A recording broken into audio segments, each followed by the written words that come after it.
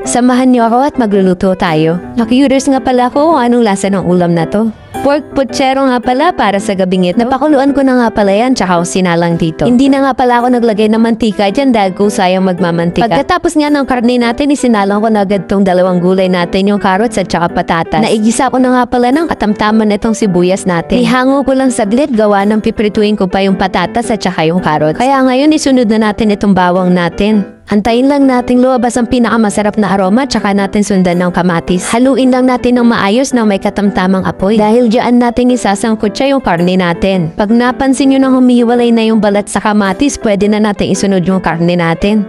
Dito na natin uumpisahan isang kutsa itong karne. Sundan na rin natin ng mabisang tubig para mapakulo natin yung karne at papalambot. Lagyan na nga rin pala natin ng pork aning-aning cubes at saka lagyan na rin natin itong tomato sauce. Di nga rin pala kayo maglagay ng patis dyan, depende na lang sa panlasa nyo kung gusto nyo ng maalat. Timplahan nyo na rin pala ng black pepper. Tinghalo na rin at antayin kumulo. Pag napansin yung medium cook na yung karne natin, pwede na natin ilagay itong carrots at saka patatas. Konting halo at antayin na rin maluto yung carrots at saka patatas. Kasabay ng karne at maglagay na rin tayo ng asin pampalasa. Ito nga pala inhiwalay ko yung saging na saba para maprito ko dyan. Sabi kasi ng mga matatanda, mas maganda daw umain ng saging na saba kapag hilaw at saka hindi luto. Maganda daw kasi ito sa tiyan. Tsaka normal na prito lang pala ang ginawa ko dyan. Wala na akong inilagay gaya ng asin at saka asukal. Inantay ko lang maprito siya ng maayos hanggang sa lumabas na yung ganitong kulay.